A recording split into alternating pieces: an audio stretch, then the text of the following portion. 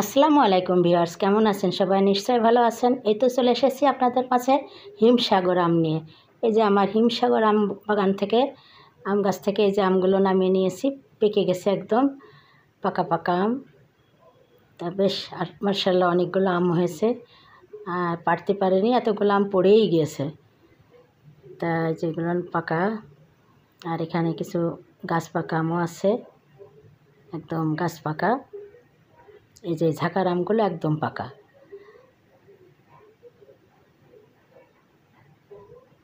তো কেমন লাগছে আম দেখতে আপনাদের? নিশ্চয়ই ভালো লাগছে।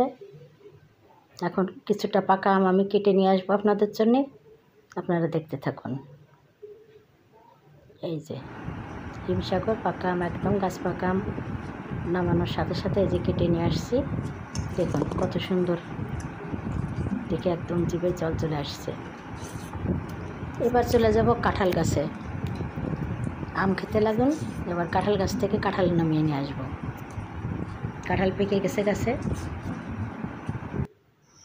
এই যে কাঁঠাল গাছ একদম গোড়ার থেকে যে ধরে আছে, আর এই যে মাঝখানের এই কাঁঠালটা পেকে গেছে। এই যে এই দুটোর পাশে যেটা, সেটা পেকে গেছে। একদম উপর পর্যন্ত অনেকগুলো কাঁঠাল আছে। তা কাঁঠালটা পাড়ানো আর দেখা হয়নি, তখন ভিডিওটা করা হয়নি, বৃষ্টি হচ্ছিল। তা আমি এই যে পাড়ে নিয়ে আসছি কাঁঠালটা। এখন কেটে দেখাবো কিভাবে আমি কাঁঠাল কাটি, খুবই সহজেই। একদম গাছে পাকা কাঁঠালটা, একদম নরম দেখতে পাচ্ছেন। এই যে আমি হাতে একটু টিপে টিপে দেখাচ্ছি আপনাদেরকে। তা এখন একটা চাকু লাগবে, তা চাকুটা দিয়ে এইভাবে একটু কেটে নেব। মুখটা উল্টা দিকে ধরে ফেড়ে নিলেই হবে। চাকুতে এইভাবে কেটে নিলে বা কাঁচিতে এইভাবে কেটে নিতে হবে।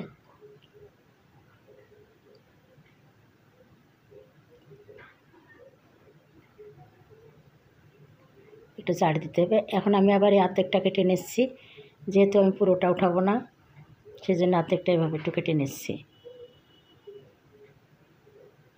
এবার হাতে একটু সরিষার তেল মাখিয়ে নিতে হবে। তো যে আমি সরিষার তেল মাখিয়ে নিয়েছি হাতে, তাহলে আঠা পড়বে না। তো এইভাবে এবার চাড় দিতে হবে, আর এইভাবে ধরে ধরে যায়, হাতে আঠা লাগবে না। এইভাবে ধরে ধরে এই যে উঠাবো।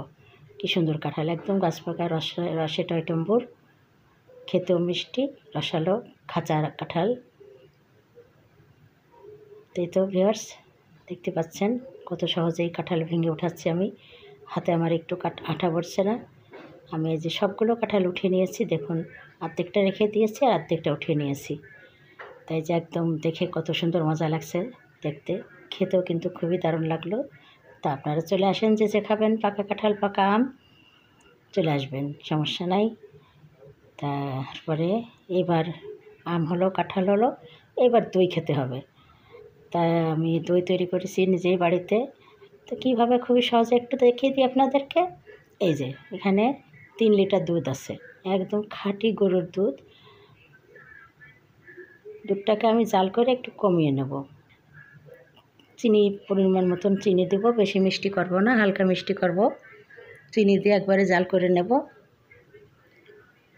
তারপরে এটাকে ঠান্ডা করে আমি এর সঙ্গে বীজ দিয়ে দেবো।